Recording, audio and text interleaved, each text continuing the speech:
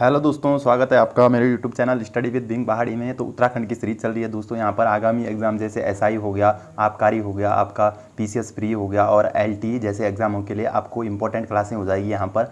तो आगामी एग्जामों को मद्देनज़र रखते हुए दोस्तों यहाँ पर मैं लगातार आपको क्लासें दे रहा हूँ उत्तराखंड की। तो आपको अच्छे से पढ़ के हुए चलना है यहाँ पर और इसको रिवाइज़ भी करते हुए चलना है दोस्तों। तो यहाँ पर इंपॉर्टेंट क्लासें हो जाएगी जितनी भी दे रहा हूँ दोस्तों। मैं अभी हिंदी की क्लासें भी लाऊंगा और जीएस की भी। तो फिलहाल अभी उत्तराखंड की चल रही है तो आप उनको देख सकते हैं दोस्तों।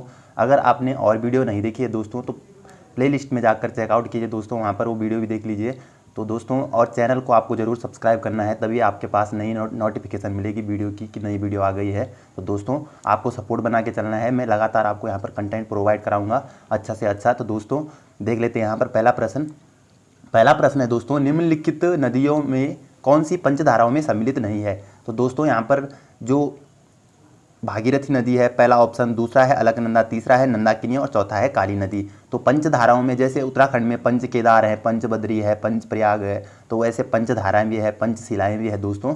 तो यहाँ पर प्रश्न ऐसा है कि पंचधाराओं में कौन सी सम्मिलित नहीं है। तो 3 यहाँ पर हो जाएगी दोस्तों और एक इनमें से आपको हटाना है। तो कौन सा हो जाएगा दोस्तों इसका राइट आंसर? तो इसका हो जाएगा ऑप्शन नंबर डी, काली नदी पंचधाराओं में सम्मिलित नहीं है। तो 3 तो ये हो गई दोस्तों और 2 मैं आपको और बता देता हूँ।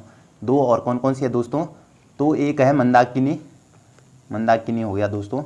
और मंदाकिनी नदी का उद्गम कहाँ से होता है दोस्तों? ये होता है चौराबाड़ी ग्लेशियर जिसको गांधी सरोवर के नाम से भी जाना जाता है। चौराबाड़ी ग्लेशियर वही है दोस्तों जिसके टूटने से 2013 में आपदा आई थी दोस्तों केदारनाथ में। कब आई थी? 16-17 जून को आई थी दोस्तों। एक भयानक आपदा थी दोस्तों। उत्तराखंड के इतिहास की बात करें तो यहाँ पर एक भीषण आपदा थी वो जो 2013 में आई थी दोस्तों 16-17 जून को। तो उससे काफ़ी क्षति पहुंची थी उत्तराखंड के जनमानस को और उत्तराखंड के उद्योग धंधों को, हर चीज़ से लेकर। तो दोस्तों यहाँ पर काफ़ी क्षति हुई थी उस टाइम पे। तो ये ऐतिहासिक घटना थी दोस्तों। तो देख लेते हैं दोस्तों। और एक मंदाकिनी हो जाएगी। अब एक और नदी बता लेता हूँ आपको। तो एक हो जाएगी दोस्तों पिंडर। और पिंडर का उद्गम कहाँ से होता है दोस्तों? तो पिंडारी ग्लेशियर से होता है दोस्तों। और पिंडारी ग्लेशियर कितनी जनपदों में फैला हुआ है दोस्तों? तो पिंडारी ग्लेशियर फैला हुआ है दोस्तों चमोली हो गया, आपका बागेश्वर हो गया, चमोली, बागेश्वर और पिथौरागढ़ में फैला हुआ है। तभी दोस्तों ये उत्तराखंड का दूसरा सबसे बड़ा ग्लेशियर माना जाता है दोस्तों। और अगर सुद्रुप की बात करें तो, अगर गढ़वाल की बात करें तो गंगोत्री ग्लेशियर हो जाएगा। अगर कुमाऊं की बात करें तो वहाँ पर मिलम ग्लेशियर हो जाता है। तो और दूसरा अगर आएगा तो वहाँ पर पिंडारी हो जाएगा दोस्तों। तो अगर ऐसा प्रश्न आ जाएगा दोस्तों कि पिंडारी ग्लेशियर की खोज किसने करी थी दोस्तों? वो करी थी मिस्टर मिडेन ने। वो था मिस्टर मिडेन। तो दोस्तों आपको ये भी याद रखना है। तो आपको रिलेट करके चलना है दोस्तों यहाँ पर जितने भी प्रश्न बता रहा हूँ आपको। तो दोस्तों जैसे कि 100 नंबर का पेपर आता है दोस्तों, तो वहाँ पर आपको इतना अच्छे ढंग से पढ़ना पड़ेगा, एकदम रट्टा भी मानना है और कॉन्सेप्ट भी क्लियर करते हुए चलना है। तो दोस्तों यहाँ पर देख लेते हैं। मैंने आपको 2 और बता दिया और 3 तो ये हो जाएंगी, एक पिंडर हो जाएगी और एक मंदाकिनी हो जाएगी। और भागीरथी नदी, तो भागीरथी और अलकनंदा का संगम कहाँ पर होता है दोस्तों? ये होता है देवप्रयाग में। देवप्रयाग को क्या कहा जाता है दोस्तों? पुराणों में कहा गया है देवप्रयाग को समस्त पापों का विनाशक किसे कहा गया है दोस्तों? ऋग्वेद में। तो देवप्रयाग को ही कहा गया है। तो आपको ये, और दंड पुष्करणी क्षेत्र किसको कहा गया है दोस्तों? वो कहा गया है हेमकुंड को। हेमकुंड कहाँ है दोस्तों? ये है चमोली में। और यहाँ पर गुरु गोविंद सिंह थे जो सिखों के 10वें गुरु थे, जो गुरु गोविंद अंतिम गुरु भी थे उनके। तो वहीं से गुरु प्रथा चली थी दोस्तों। तो उन्होंने अंतिम समय में तपस्या कहाँ करी थी दोस्तों? उन्होंने करी थी हेमकुंड में। और हेमकुंड से कौन सी नदी निकलती है दोस्तों? हेमकुंड से वो निकलती है लक्ष्मण गंगा। हम बस बढ़ते हैं दूसरे प्रश्न की ओर। दूसरा प्रश्न है दोस्तों यहाँ पर जसपुर नाम किसने दिया? तो दोस्तों एक बार UKSSC ने पूछ लिया था कि 1639 में जो बाज बहादुर चंद का एक अधिकारी था उसका नाम क्या था दोस्तों, जिसने 1639 में काशीपुर नगर की स्थापना करी थी दोस्तों। जो काशीपुर उधम सिंह नगर में एक शहर है दोस्तों काशीपुर, तो उसकी स्थापना कब करी थी? 1639 में। किसने करी थी दोस्तों? तो ये करी थी काशीनाथ अधिकारी ने। तो दोस्तों आपको ये भी याद रखना है। अब देख लेते हैं दोस्तों, जसपुर का नाम जसपुर किसने रखा? तो पहला ऑप्शन है जसोधन, दूसरा है बाज बहादुर चंद, तीसरा है नीलू कठायत और चौथा है काशीनाथ अधिकारी। तो मैंने बता दिया है आपको। तो दोस्तों आपको इसका राइट आंसर बताना है। तो इसका राइट आंसर हो जाएगा ऑप्शन नंबर ए, जो जसोधन था दोस्तों। ये इंपॉर्टेंट हो जाएगा एग्जाम के पॉइंट ऑफ व्यू से दोस्तों। ये जसोधन, तो इसने जसपुर का नाम ही पहले, इसका नाम क्या था दोस्तों? इसका नाम था पहले शाह जाफर। तो दोस्तों आपको ये याद रखना है कि शाह जाफर किसका पुराना नाम था दोस्तों? तो ये था जसपुर का पुराना नाम। और बाज बहादुर चंद कौन था दोस्तों? तो चंद वंश का 50वां राजा अगर आ जाएगा दोस्तों कि कौन था, तो वो था बाज बहादुर चंद। अगर ऐसा प्रश्न आ गया दोस्तों एग्जाम में कि कैलाश मानसरोवर को गूंठ भूमि दान किसने दी थी दोस्तों? कैलाश मानसरोवर को तो दोस्तों वो किसने दी थी? वो भी दी थी यहाँ पर बाज बहादुर चंद ने। अगर ऐसा आ जाएगा दोस्तों कि सबसे बूढ़ा अत्याचारी शासक कौन था चंद शासन का, तो वो दोस्तों बाज बहादुर चंद ही था दोस्तों। और अगर ऐसा प्रश्न आ जाता है दोस्तों एग्जाम में कि तीलू रौतेली का समकालीन कौन सा चंद्र राजा था दोस्तों, तो वो भी बाज बहादुर चंद था दोस्तों। तो आपको इतने सारे फैक्ट बता दिए हैं आप, मैंने आपको यहाँ पर बूढ़ा अत्याचारी शासक हो जाएगा दोस्तों, और कैलाश मानसरोवर को गूंठ भूमि दान देने वाला बाज बहादुर चंद हो जाएगा। कब दी थी दोस्तों? ये दी थी इसने 1673 ईस्वी में। तो दोस्तों आपको सन भी याद रखना है।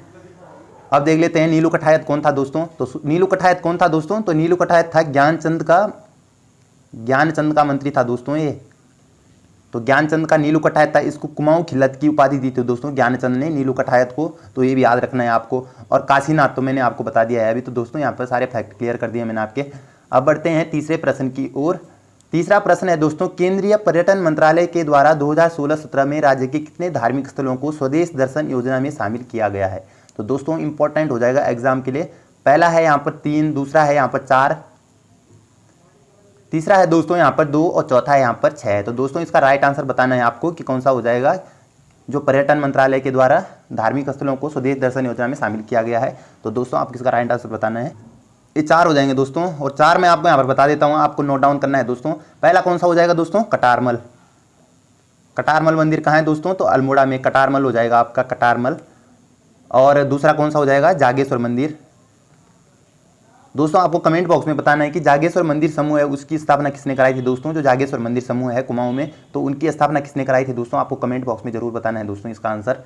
और तीसरा हो जाएगा दोस्तों यहाँ पर बैजनाथ, और चौथा हो जाएगा देवीधुरा। देवीधुरा जहाँ पर बगवाल मेला लगता है दोस्तों, आषाढ़ी कौथिक का मेला भी कहते हैं जिसको, देवीधुरा में। तो देवीधुरा हो जाएगा दोस्तों। 4 बता दिए हैं, कटारमल हो गया, जागेश्वर हो गया, बैजनाथ हो गया और देवीधुरा हो गया। तो बाराही देवी के मंदिर में देवीधुरा में जो पाषाण मेला लगता है दोस्तों रक्षाबंधन के टाइम पे, तो वो चंपावत में ही लगता है। तो यहाँ पर आपके सारे डाउट क्लियर हो गए हैं। तो स्वदेश दर्शन योजना में कितने तीर्थ स्थलों को शामिल किया गया है दोस्तों? तो 4 हो जाएगा, कटारमल, जागेश्वर, बैजनाथ और देवीधुरा। तो दोस्तों आपको चारों याद रखने हैं। बढ़ते हैं चौथे प्रश्न की ओर।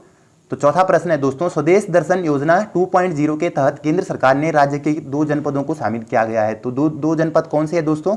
पहला है नैनीताल अल्मोड़ा, दूसरा है यहाँ पर चंपावत पिथौरागढ़, तीसरा है नैनीताल उधमसिंह नगर और चौथा है यहाँ पर अल्मोड़ा बागेश्वर। तो आपको इसका राइट आंसर बताना है कि कौन सा हो जाएगा। तो दोस्तों इसका राइट आंसर हो जाएगा ऑप्शन नंबर बी, चंपावत और पिथौरागढ़ को ही 2 जनपदों को स्वदेश दर्शन योजना के तहत केंद्र सरकार ने शामिल किया है। तो दोस्तों आपको याद रखना है दोस्तों, ये एग्जाम में बन सकता है, इंपॉर्टेंट प्रश्न है दोस्तों, बता दे रहा हूँ आपको। तो ये हो जाएगा दोस्तों। अब स्वदेश दर्शन योजना भी बता दिया दोस्तों मैंने आपको, 2.0 भी बता दिया है। तो दोस्तों आपको दोनों याद रखने हैं। तो दोस्तों बढ़ते हैं अगले प्रश्न की ओर। तो दोस्तों अगला प्रश्न है यहाँ पर, दीनदयाल होम स्टे योजना का प्रारंभ कब हुआ? तो दोस्तों इंपॉर्टेंट हो जाएगा, जितनी भी योजना है दोस्तों, वीर चंद्र सिंह गढ़वाली हो गई, दीनदयाल उपाध्याय हो गई, तो यहाँ से प्रश्न बनने की संभावना अधिक होती है दोस्तों। तो आपको अच्छे से याद रख लेना है ऐसे प्रश्नों को। तो दोस्तों पहला है अगस्त 2017, दूसरा है अगस्त 2018, तीसरा है जुलाई 2017 और चौथा है यहाँ पर जून 2018। तो दोस्तों इसका राइट आंसर बताना है आपको। तो इसका राइट आंसर क्या हो जाएगा दोस्तों? तो इसका हो जाएगा अगस्त 2018। तो नई परीक्षा वाणी में दोस्तों अगस्त 2018 दिया है, आपको भी यही मान के चलना है दोस्तों, अगस्त 2018। तो इसका राइट आंसर हो जाएगा। इसका उद्देश्य क्या है दोस्तों? तो इसका उद्देश्य है दोस्तों पलायन को रोकना और रोजगार प्रदान करना ही इसका प्रमुख उद्देश्य है, और संस्कृति और उत्पादों से परिचित कराना है। तो संस्कृति और उत्पादों से परिचित कराना है और रोकना क्या है? पलायन और रोजगार भी प्रदान करना है, इसका प्रमुख उद्देश्य हो जाएगा दोस्तों। आपको उद्देश्य भी याद रखना है। प्रश्न में और बता देता हूं यहाँ पे कि दीनदयाल मातृ पितृ तीर्थ योजना थी दोस्तों, जो कब से चालू हो गई? तो वो हुई थी दोस्तों 29 जुलाई 2017। तो दोस्तों आपको दोनों याद रखने हैं 2017 से। एक होम स्टे योजना हो गई और एक मातृ पितृ तीर्थ योजना हो गई दोस्तों। तो 2017 से हो गई। इसका पुराना नाम क्या था दोस्तों? पूर्व में इसका नाम क्या था? मेरे बुजुर्ग मेरे तीर्थ। तो 2014 में मेरे बुजुर्ग मेरे तीर्थ थे दोस्तों, 2014 में। और 2017 से क्या हो गया दोस्तों? तो 2017 से हो गई दीनदयाल मातृ पितृ तीर्थ योजना। तो इसका नाम अपडेट हो गया दोस्तों 2017 में। और इसमें कितने वर्ष के आयु के वृद्धों को पेंशन दी जाती है दोस्तों? तो 65 वर्ष से अधिक के वृद्ध हैं दोस्तों, उनको पेंशन प्रदान की जाती है राज्य सरकार के द्वारा। तो आपको ये भी याद रखना है। बढ़ते हैं अगले प्रश्न की ओर। अगला प्रश्न है दोस्तों छठवां प्रश्न। पर्वतमाला योजना के विषय में गलत कथन का चयन करें। तो दोस्तों यहाँ पर देख लेते हैं ऑप्शन को।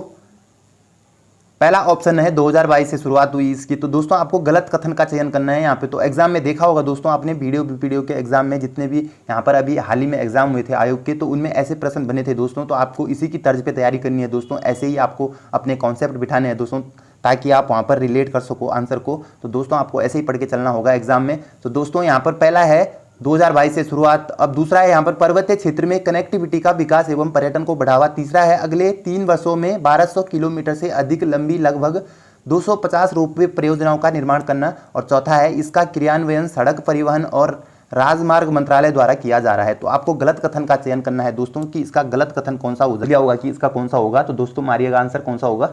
तो दोस्तों इसका आंसर हो जाएगा ऑप्शन नंबर सी, क्योंकि ये 3 वर्षों के लिए नहीं है दोस्तों, ये है 5 वर्षों के लिए। तो दोस्तों आपको अच्छे से याद रख लेना है, कितने वर्षों के लिए, 5 वर्षों के लिए है दोस्तों, न कि 3 वर्षों के लिए। तो 1200 किलोमीटर से अधिक लंबी लगभग 250 रोपवे परियोजनाओं का निर्माण कराना है दोस्तों। तो बढ़ते हैं अगले प्रश्न की ओर। दोस्तों अगला प्रश्न है उत्तराखंड में पर्यटन पुलिस का गठन किन राज्यों की तर्ज पर किया जा रहा है। तो दोस्तों उत्तराखंड में पर्यटन पुलिस का गठन किया गया है। तो आपको ये बताना है कि कौन से 2 राज्य हैं जिनकी तर्ज पर यह इसका गठन किया जा रहा है। तो दोस्तों पर्यटन पुलिस का गठन क्यों किया जा रहा है दोस्तों, तो इसका गठन इसलिए किया जा रहा है दोस्तों कि जो राज्य में आने वाले पर्यटक हैं, संवाद स्थापित करने के लिए, उनकी समस्याओं को जानने के लिए दोस्तों, उनकी समस्याओं को दूर करने के लिए ही इसका गठन किया जा रहा है दोस्तों। तो केंद्रीय पर्यटन मंत्रालय के द्वारा ही इसके निर्देशों से यह इसका गठन किया जा रहा है। तो दोस्तों कौन से ऐसे 2 राज्य हैं दोस्तों, तो हो जाएंगे दोस्तों गोवा और केरल। तो दोस्तों आपको अच्छे से याद रख लेना है, गोवा और केरल की तर्ज पर ही यहाँ पर पर्यटन पुलिस का गठन किया जा रहा है। तो दोस्तों आपको अच्छे से याद रख लेना है। दोस्तों बढ़ते हैं 8वें प्रश्न की ओर। बॉर्डर टूरिज्म योजना के तहत उत्तराखंड हो जाएगा दोस्तों यहाँ पर, सॉरी, के कितने सीमांत ब्लॉकों का चयन किया गया है। तो दोस्तों बॉर्डर टूरिज्म योजना भी चल रही है दोस्तों यहाँ पर, और उत्तराखंड के ऐसे सीमांत कौन से ब्लॉक हैं दोस्तों और कितने हैं यहाँ पर, तो आपको बताना है। तो पहला ऑप्शन तो 2 था और दूसरा है यहाँ पर 4, तीसरा है 3, चौथा है 7। तो दोस्तों इसका राइट आंसर बताना है आपको।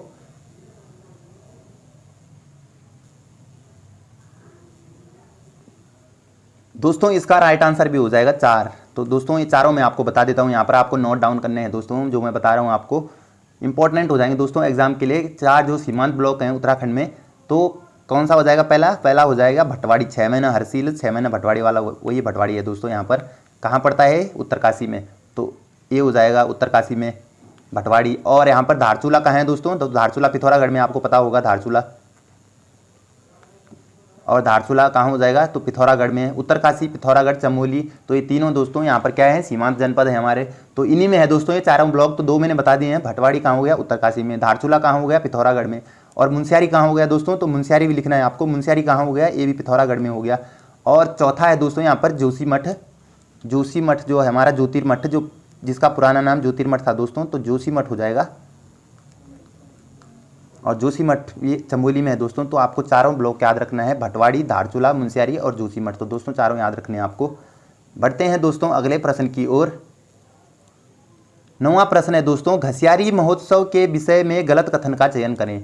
तो घसियारी महोत्सव मनाया गया दोस्तों उत्तराखंड में, तो इसका प्रारंभ कब हुआ और ये कहाँ आयोजित हुआ। तो दोस्तों आपको यहाँ पर सारे ऑप्शन दे रखे हैं मैंने। तो पहला ऑप्शन है प्रारंभ इसका 6 मार्च 2023। बी ऑप्शन है मथोली गांव उत्तरकाशी में आयोजित। तीसरा है आयोजनकर्ता प्रदीप पंवार। और चौथा है उद्देश्य इसका ग्रामीण पर्यटन को बढ़ावा तथा परंपराओं का संरक्षण। तो दोस्तों कौन सा इसका गलत हो जाएगा, तो आपको ये बताना है।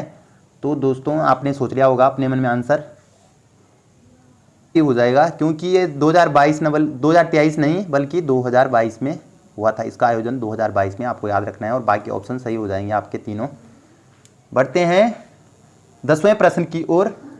पायलट प्रोजेक्ट के तौर पर हिमालय दर्शन सेवा की शुरुआत कहाँ से की गई है। तो दोस्तों उत्तराखंड में हिमालय दर्शन सेवा चलाई जा रही है पायलट प्रोजेक्ट के तहत। तो पहला ऑप्शन है लाल टिब्बा, दूसरा है ताकुला, तीसरा है जॉर्ज एवरेस्ट और चौथा है देवस्थल। तो दोस्तों आपको इसका राइट आंसर बताना है। तो लाल टिब्बा कहाँ है दोस्तों, तो ये है मसूरी में। जो मसूरी की सबसे ऊंची चोटी है दोस्तों वो लाल टिब्बा है। और दूसरी कौन सी है, तो दूसरी है गन हिल। तो दोस्तों आप मसूरी जा भी रखे होंगे, लाल टिब्बा, तो सबसे ऊंची चोटी लाल टिब्बा, दूसरी गन हिल। तो आपको राइट आंसर बताना है। और जॉर्ज एवरेस्ट कहाँ है दोस्तों, तो जॉर्ज एवरेस्ट, एक बार आयोग ने प्रश्न बना लिया था दोस्तों यहाँ से कि जॉर्ज एवरेस्ट जो मसूरी है उसने अपना कार्यालय कब खोला था सबसे पहले। तो जॉर्ज एवरेस्ट ने कब खोला था दोस्तों अपना पहला कार्यालय यहाँ पर, तो 1836 या 32 ऐसे करके आंसर है दोस्तों इसका। तो आपको दोनों याद रख लेने हैं जो ये ऑप्शन में होंगे दोस्तों, 1832 या 1836, दोनों याद रखने हैं दोस्तों आपको। जॉर्ज एवरेस्ट हो गया दोस्तों, ये कहाँ है, मसूरी में। और देवस्थल कहाँ है दोस्तों, ये है नैनीताल में। तो देवस्थल में क्या है दोस्तों, संपूर्णानंद दूरबीन 2016 में लगी थी उत्तराखंड में। संपूर्णानंद दूरबीन कहाँ लगी हुई है तो दोस्तों ये देवस्थल में नैनीताल में लगी हुई है, 2016 में लगी। तो इसका राइट आंसर हो जाएगा दोस्तों George Everest, option number C. तो इसका राइट आंसर हो जाएगा ऑप्शन नंबर सी ही इसका राइट आंसर हो जाएगा। पायलट प्रोजेक्ट के तौर पर हिमालय दर्शन सेवा जॉर्ज एवरेस्ट से चलाई गई दोस्तों। कैंप है दोस्तों वो भी याद रख लेने हैं आपको, 2 कैंप और कौन कौन से दोस्तों, एक तो हो जाएगा टनकपुर हो जाएगा, तो टनकपुर हो गया दोस्तों एक, और दूसरा कौन सा है, बैरागी कैंप ऋषिकेश में। तो इसके 2 अन्य कैंप भी हैं, मैंने ये भी आपको बता दिए हैं। बैरागी कैंप ऋषिकेश में, टनकपुर और ये हो जाएगा चंपावत में। तो दोनों आपको याद रखने हैं। और ये जो मेन है इसका ये है जॉर्ज एवरेस्ट मसूरी में। तो दोस्तों हेलीकॉप्टर से ही के माध्यम से ही हिमालय दर्शन योजना की शुरुआत की गई दोस्तों। ये एयरो पर्यटन पर बल दिया जा रहा है इसके तहत। तो इसका काम क्या है दोस्तों, इसका काम है दोस्तों हिमालय पर्वत का दर्शन कराना। और शुल्क कितना है दोस्तों, 40 मिनट 5000 यात्री, मतलब कि जो शुल्क है इसका वो 40 मिनट का कितना लेता है, चार्ज करता है दोस्तों, तो 5000 रुपये प्रति यात्री के लिए। तो दोस्तों हेलीकॉप्टर से हिमालय का दर्शन किया जाता है 40 मिनट के लिए, और इसकी फीस कितनी है, तो 5000 रुपये। तो दोस्तों आपको ये भी याद रखना है। बढ़ते हैं अगले प्रश्न की ओर। अगला है दोस्तों यहाँ पर 11वां प्रश्न, वाइब्रेंट विलेज प्रोग्राम के तहत उत्तराखंड के कितने गांवों को शामिल किया गया है। तो दोस्तों ये किया हो जाएगा यहाँ पे, सॉरी, पहला है 4, दूसरा है 2, तीसरा है 3 और चौथा है यहाँ पे इनमें से कोई नहीं। तो वाइब्रेंट विलेज प्रोग्राम के तहत उत्तराखंड के कितने गांवों को शामिल किया गया है। तो दोस्तों आपको इसका राइट आंसर बताना है दोस्तों। इसका राइट आंसर हो जाएगा ऑप्शन नंबर ए। तो 4 विलेज हैं दोस्तों, मैं आपको ये बता देता हूँ। तो 3 तो चमोली में हो जाएंगे दोस्तों, 3 तो चमोली में हो जाएंगे, तीनों याद रखने हैं आपको, मैं तीनों बता देता हूँ यहाँ पर। 3 कौन कौन से दोस्तों, एक तो है माणा, नीति माणा की घाटी, आपने गाना भी सुन रखा होगा। तो एक माणा हो जाएगा, एक नीति हो जाएगा, और एक आपका हो जाएगा यहाँ पर मलारी गांव। दोस्तों आपको कमेंट बॉक्स में बताना है कि मलारी के जो महापाषाणकालीन समाधान थे दोस्तों उनकी खोज कब की थी दोस्तों। तो आपको ये बताना है कमेंट बॉक्स में। और 3 तो ये हो गए दोस्तों। अब चौथा कौन सा है, चौथा है पिथौरागढ़ में, और एक कौन सा है दोस्तों, ये गुंजी गाँव है दोस्तों। तो गुंजी गाँव, गुंजी, तो आपको याद रखना है गुंजी गाँव हो जाएगा पिथौरागढ़ में, और 3 तो चमोली में हो जाएंगे। तो वाइब्रेंट विलेज प्रोग्राम के तहत उत्तराखंड के कितने गांवों को शामिल किया गया है, तो 4 गांवों को दोस्तों। बढ़ते हैं 12वें प्रश्न की ओर। निम्न कुंडों में से कौन बद्रीनाथ के पास नहीं है। पहला है तप्त कुंड, दूसरा है नारद कुंड, तीसरा है व्यास कुंड और चौथा है सत्यपथ कुंड।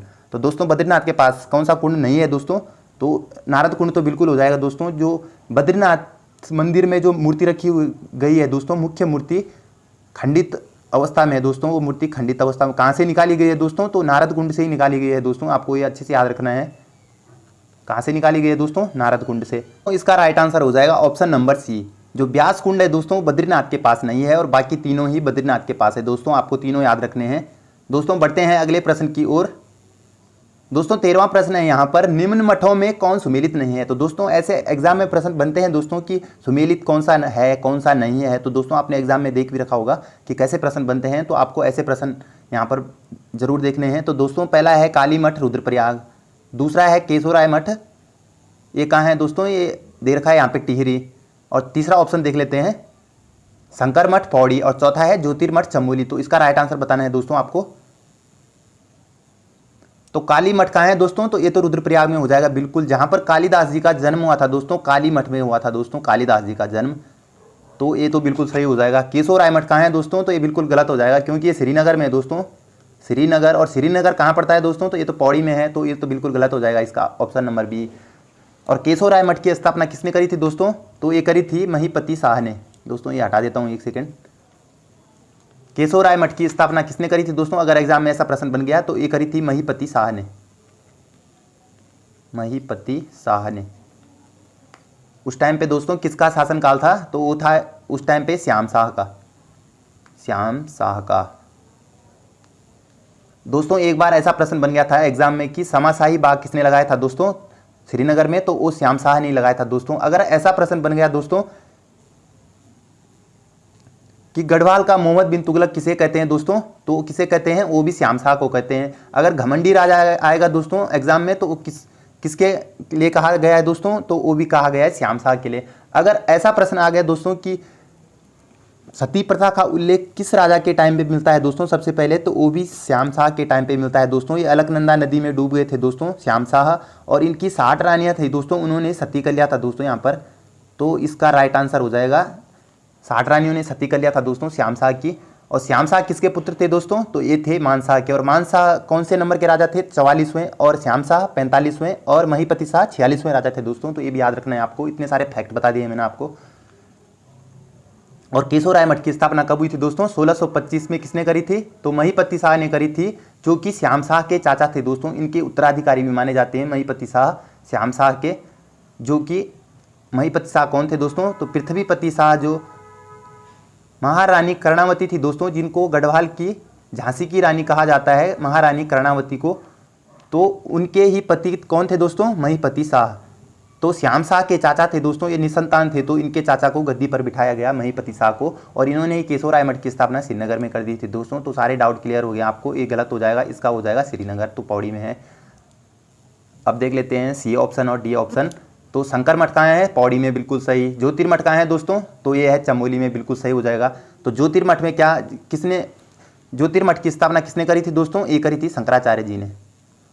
शंकराचार्य जी जो केरल से आए थे दोस्तों उत्तर भारत में, यहाँ पर हिंदू धर्म का प्रचार करने, और इन्होंने अपने यहाँ देह कहाँ त्यागा था दोस्तों, तो 820 ईस्वी में दोस्तों केदारनाथ के आसपास ही इन्होंने अपने देह त्याग लिया था दोस्तों। तो ये भी याद रखना है आपको, एग्जाम में बन रखा है दोस्तों प्रश्न कि शंकराचार्य जी ने अपना देह कहाँ पर त्यागा था दोस्तों, तो 820 ईस्वी के आसपास ही इन्होंने केदारनाथ में अपना देह त्याग लिया था दोस्तों। तो ये भी याद रखना है आपको। बढ़ते हैं दोस्तों अगले प्रश्न की ओर। 14वां प्रश्न है दोस्तों, प्राचीन नागनाथ मंदिर किस जिले में स्थित है। तो दोस्तों ऐसे मंदिरों से प्रश्न बनते हैं दोस्तों। एक बार एग्जाम में ऐसा प्रश्न बन गया था दोस्तों कि शमसु देवता का मंदिर कहाँ है दोस्तों, शमसु देवता। और शमसु देवता कौन है दोस्तों, जो दुर्योधन है दोस्तों। उत्तराखंड में ऐसे कई मंदिर हैं दोस्तों जो देवताओं के शत्रु थे दोस्तों, पर उनके मंदिर हैं दोस्तों यहाँ पर उत्तराखंड में। एक अभी हाल ही में जो EOTRI का पेपर हुआ था दोस्तों, वहाँ पर ऐसा प्रश्न बन गया था, या तो RO के या तो EO के पेपर में, कि जो उत्तराखंड में राहु का मंदिर है दोस्तों, राहु का मंदिर वो कहाँ है दोस्तों, तो वो पैठाणी में है दोस्तों, पैठाणी में दोस्तों। तो ये पैठाणी में है राहु का मंदिर। और शमसु देवता का मंदिर कहाँ है दोस्तों, और शमसु देवता का मंदिर है दोस्तों उत्तरकाशी में। तो ये भी याद रखना है दोस्तों आपको, उत्तरकाशी में है शमसु देवता का मंदिर। अब देख लेते हैं यहाँ पर नागनाथ मंदिर कहाँ है दोस्तों, तो ये हो जाएगा आपका चंपावत में। तो दोस्तों नागनाथ मंदिर कहाँ है, तो चंपावत में। ये भी याद रखना है दोस्तों आपको अच्छे से। दोस्तों एक और प्रश्न बनता है यहाँ पर कि नौढुंगिया घर कहाँ है दोस्तों, नौढुंगिया घर, नौढुंगिया घर, तो वो भी चंपावत में है दोस्तों। एक बार ऐसा प्रश्न आ गया था एग्जाम में वीडियो के पेपर में कि मुगलगढ़ी कहाँ है दोस्तों, मुगलगढ़ी। तो ये भी याद रखना है आपको, मुगलगढ़ी कहाँ है, तो ये भी चंपावत में है दोस्तों। नौढुंगिया घर चंपावत में, मुगलगढ़ी चंपावत में दोस्तों, और नागनाथ मंदिर भी चंपावत में। और एक बाणासुर का किला कहाँ है दोस्तों, तो बाणासुर का किला भी चंपावत में है दोस्तों। अगर ऐसा प्रश्न आ गया दोस्तों कि जो बाणासुर था दोस्तों उसका मंदिर कहाँ है, बाणासुरगढ़ मंदिर कहाँ है दोस्तों, तो ये है रुद्रप्रयाग में। और बाणासुर का किला कहाँ है दोस्तों, तो ये है चंपावत में, जिसको मारकोट का किला भी कहा जाता है। तो दोस्तों आपको सारे फैक्ट याद रखने हैं जितने भी मैंने बताए हैं आपको। पढ़ते हैं अगले प्रश्न की ओर। 15वां प्रश्न है दोस्तों, उत्तरकाशी का ऐतिहासिक नाम क्या था दोस्तों। तो आपको कंफ्यूज नहीं होना है दोस्तों, ऐतिहासिक पूछेगा या पौराणिक पूछेगा, तो आपको पहले ढंग से प्रश्न पढ़ना है। सौम्यकाशी, गंगोत्री, श्री क्षेत्र या बाड़ाहाट। तो दोस्तों उत्तरकाशी का ऐतिहासिक नाम पूछ रखा है दोस्तों यहाँ पर, तो पहला ही ऑप्शन दे दिया दोस्तों यहाँ पर सौम्यकाशी, और आप इसी की तरफ जाएंगे जो कि बिल्कुल गलत है, क्योंकि सौम्यकाशी इसका पौराणिक नाम है दोस्तों। पौराणिक नाम क्या है इसका, तो पौराणिक नाम है इसका सौम्यकाशी उत्तरकाशी का। अब देख लेते हैं ऐतिहासिक नाम क्या है दोस्तों, तो ऐतिहासिक नाम हो जाएगा बाड़ाहाट। और श्री क्षेत्र किसका नाम है, तो ये है श्रीनगर का। और गंगोत्री तो धाम है दोस्तों, 4 धामों में गंगोत्री धाम है जो, तो वो हो जाएगा उत्तरकाशी में। दोस्तों बढ़ते हैं अगले प्रश्न की ओर। अब देख लेते हैं यहाँ पर इंपॉर्टेंट प्रश्न है दोस्तों, ये एपण छिपण को GI टैग कब प्रदान किया गया दोस्तों, तो इंपॉर्टेंट हो जाएगा। आजकल जो गवर्नमेंट फोकस कर रही है दोस्तों, एपण जो संस्कृति है हमारी, एपण आपने देखा होगा देहरादून में रोडों के किनारे जितने भी दुकान के बोर्ड हैं दोस्तों, उन पे एपण कला का ही चित्रण किया गया है दोस्तों। तो एपण कला को अभी ज़्यादा फोकस कर रही है गवर्नमेंट, तो यहाँ से प्रश्न बनने की संभावना है एग्जाम में। तो दोस्तों देख लेते हैं कब मिला था इसको जीआई टैग। तो उत्तराखंड में सबसे पहले जीआई टैग किसको मिला था दोस्तों? वो मिला था तेज पत्ता को। तो आपको ये भी याद रखना है दोस्तों, सबसे पहले किसको मिला था? तेज पत्ता को मिला था दोस्तों। अब देख लेते हैं यहाँ पर एपण छिपण को कब मिला था। सर हो जाएगा ऑप्शन नंबर बी। तो विष्णु जी की मूर्ति ही देवलगढ़ में है दोस्तों, 11वीं शताब्दी के आसपास की मानी जाती है जो। अब देख लेते हैं दोस्तों कि देवलगढ़ में जो पंवार शासकों की राजधानी थी वो किसने ट्रांसफर करी थी दोस्तों? तो सबसे पहले थी दोस्तों चांदपुर गढ़ी में, राजधानी इनकी सबसे पहले थी चांदपुर गढ़ी में जो चमोली में है। उसके बाद ट्रांसफर कर दी थी दोस्तों यहाँ पर अजयपाल ने, जो पंवार वंश का 37वां राजा था दोस्तों अजयपाल, उन्होंने ही ट्रांसफर कर दी थी देवलगढ़ में। कब करी थी दोस्तों? 1512 में, 1512 में करी थी दोस्तों यहाँ पर इस्टेब्लिश। उसके बाद यहाँ से श्रीनगर ले गए थे 1517 में। तो दोस्तों आपको ये भी याद रखना है कि देवलगढ़ में कब आई राजधानी और श्रीनगर में कब आई। तो यहाँ पर काफ़ी लंबे समय तक राजधानी बनी रही दोस्तों, 1517 तक। 1517 में यहाँ पर राजधानी आ गई थी दोस्तों। और कब तक रही दोस्तों यहाँ पर राजधानी? तो ये रही थी दोस्तों जब यहाँ पर गोरखों ने आक्रमण किया था दोस्तों 1803 में, जब भूकंप आया था दोस्तों गढ़वाल में। उस टाइम पे विकट स्थिति हो गई थी गढ़वाल की। 1803 का जो विनाशकारी भूकंप था, उस टाइम पे यहाँ पे गोरखों ने फायदा उठा दिया था और यहाँ पर अटैक कर दिया था 1803 में। सबसे पहले अटैक कब किया था दोस्तों? वो क्या था 1791 में। उसके बाद यहाँ पर लंगूरगढ़ की संधि हो गई थी दोस्तों। उसके बाद नेपाल वापस चले गए थे नेपाली। तो उसके बाद इन्होंने दोबारा अटैक किया था दोस्तों, जब गढ़वाल की स्थिति बहुत डमाडोल थी। उस टाइम पे इन्होंने यहाँ पर अटैक कर दिया दोस्तों 1803 के आसपास। और 1804 में एक भीषण युद्ध हुआ दोस्तों खुड़बुड़ा के मैदान में, देहरादून में। तो खुड़बुड़ा का युद्ध कब हुआ था दोस्तों? 14 मई 1804 को ही। और उसमें जो प्रद्युमन शाह थे वो वीरगति को प्राप्त हो गए थे दोस्तों। और उनके पुत्र थे दोस्तों सुदर्शन शाह, वो तो अल्पवयस्क थे उस टाइम पे। तो अंग्रेजों ने उनको अपने संरक्षण में ले लिया दोस्तों। तो अंग्रेजों के संरक्षण से ही सुदर्शन शाह बड़े हुए और उसके बाद उनको गद्दी पर बिठाया गया। तो जो श्रीनगर का भाग था दोस्तों उसको तो अंग्रेजों ने अपने पास ले लिया। और सुदर्शन शाह ने फिर राजधानी कहाँ बनाई थी दोस्तों? वो बनाई थी जो गणेश प्रयाग है दोस्तों टिहरी में, जो कि अब डैम में विलीन हो गया है। तो दोस्तों पहले गणेश प्रयाग था यहाँ का नाम। तो यहीं पे अपनी राजधानी 28 दिसंबर 1815 को इस्टेब्लिश करी थी दोस्तों। उस टाइम उसी दिन को टिहरी में रेस्टोरेशन डे के रूप में मनाया जाता है दोस्तों, 28 दिसंबर 1815। तो दोस्तों 1815 में यहाँ पर राजधानी ले गए थे पंवार शासकों की। तो कब तक रही दोस्तों 1815 से? तो ये रही थी दोस्तों 1 अगस्त 1949 तक। तो दोस्तों 1949 स्वतंत्रता के बाद 2-3 साल तक राजधानी रही दोस्तों इनकी यहाँ पर। उसके बाद विलय पत्र पर मानवेंद्र शाह ने हस्ताक्षर कर दिए थे और उत्तर प्रदेश का 50वां जिला बनाया गया था दोस्तों टिहरी को। तो दोस्तों मैंने इतने सारे फैक्ट बता दिए आपको, यहाँ पर आपको सारे नोट डाउन करने, याद करते हुए चलने दोस्तों, एग्जाम के लिए काफ़ी इंपॉर्टेंट हो जाएंगे। तो दोस्तों बढ़ते हैं अगले प्रश्न की ओर। बढ़ते हैं अगले प्रश्न की ओर। 18वां है यहाँ पर, राज्य में बामन भगवान की प्रतिमा कहाँ है?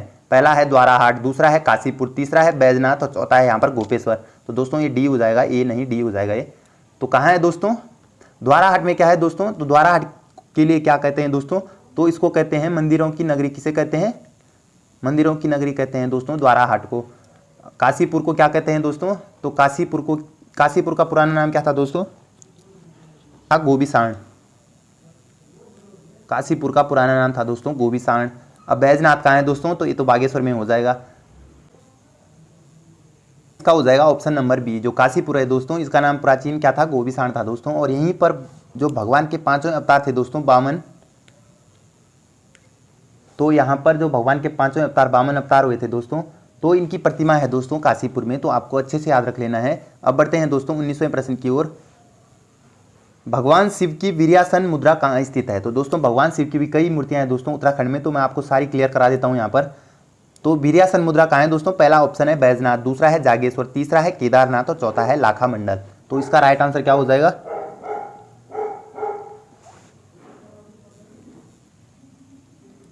तो दोस्तों इसका राइट आंसर हो जाएगा ऑप्शन नंबर ए। जो बैजनाथ है दोस्तों यहीं पर भगवान की वीर्यासन की मुद्रा है। और आप देख लेते हैं यहाँ पर वीर्यासन और वज्रासन में काफ़ी कंफ्यूजन होता है दोस्तों। तो वज्रासन की मूर्ति कहाँ है दोस्तों? तो ये केदारनाथ मंदिर की जो द्वार पट्टिका है दोस्तों, केदारनाथ मंदिर, तो यहीं पर हो जाएगा दोस्तों इसका। और आपको दोनों याद रखने हैं दोस्तों, अगर वज्रासन आ गया तो केदारनाथ में, अगर वीर्यासन आ गया तो बैजनाथ में दोस्तों, आपको दोनों याद रखने हैं। और बागनाथ मंदिर कहाँ है दोस्तों? ये 1602 ईस्वी में किसने करा था, इसकी स्थापना किसने करी थी दोस्तों 1602 में? तो ये करी थी दोस्तों लक्ष्मी चंद ने, जिसको लखुली बिराली के नाम से जाना जाता है उत्तराखंड में। तो इसने 1602 में ही बागनाथ मंदिर की स्थापना कर दी थी दोस्तों, तो आपको ये भी याद रखना है। और लाखा मंडल को क्या कहते हैं दोस्तों? तो मूर्तियों का भंडार कहाँ है दोस्तों? तो ये है लाखा मंडल में, जहाँ पर पांडवों ने अपना अज्ञातवास काटा था दोस्तों लाखा मंडल में, तो आपको ये भी याद रखना है। दोस्तों बढ़ते हैं अंतिम प्रश्न की ओर, जो कि 20वां प्रश्न है। नृत्य करते गणपति की मूर्ति प्राप्त हुई है, तो कहाँ से हुई दोस्तों? पहला ऑप्शन है बैजनाथ, दूसरा है जोशीमठ, तीसरा है केदारनाथ और चौथा है बागनाथ। तो दोस्तों इसका राइट आंसर बताना है आपको।